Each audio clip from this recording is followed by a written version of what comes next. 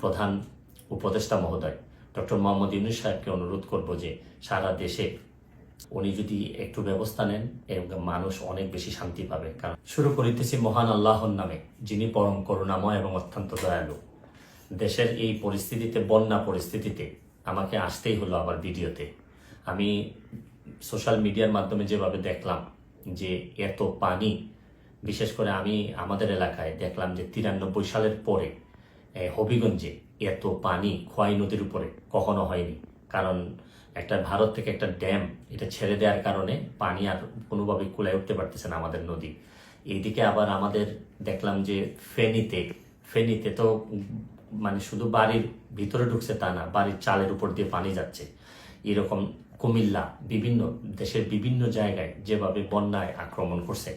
আমি যেহেতু বন্যা নিয়ে কাজ করছি, আমার কাছে মনে হয়েছে যে এই বন্যার সময় আমার একটা অধিকার আছে যে আপনাদের সবাইকে একটা আহ্বান করার, যে যে যে এলাকায় কৃতি সন্তান আছেন তারা নিজেরা একটু ঝাঁপিয়ে পড়েন মানুষের। কারণ দূর থেকে বন্যা বলতে আমরা পানি দেখি, কিন্তু আপনি যদি কাছে যান, প্রতিটা পরিবার যে কি পরিমাণ কষ্ট হয়, কাছে গেলে বুঝতে পারবেন যে মানুষের কষ্ট। আমরা তো এমনি শুধু থই থই পানি দেখি, কিন্তু ভিতরে গেলে বোঝা যায় মানুষের খাবারের অভাব হয়, মানুষের পয় নিষ্কাশন ব্যবস্থার অভাব হয়, মানুষের স্যালাইন লাগে। সামান্য একটা স্যালাইন নিয়ে যেতে পারলেও অনেক বড় উপকার হয়।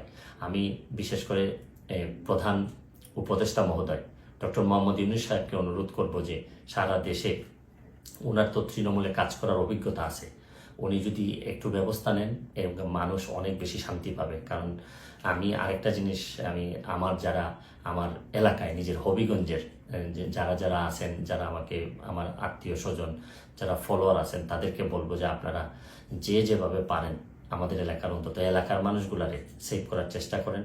আমার পক্ষ থেকে আমি যেভাবে পারি কিছু না কিছু সহযোগিতা করার চেষ্টা করব। কারণ সবাই একসাথে দাঁড়াইলেই দেশের যে কোনো দুর্যোগে আমরা মানুষের কল্যাণ কিছু করতে পারবো। আমরা বহু মানুষ আছি, হয়তো মানুষ একটু বিপদে পড়লেই কাজে আসতে পারি, হয়তো আমরা চেয়ে ঘুরে বেড়া না, আমরা হয়তো অনেক বেশি প্রতিবাদকারী না, বা সব জায়গায় দাঁড়ায় যেতে পারি না, অনেক লিমিটেশন নিয়েই মানুষ হিসাবে বেঁচে থাকি।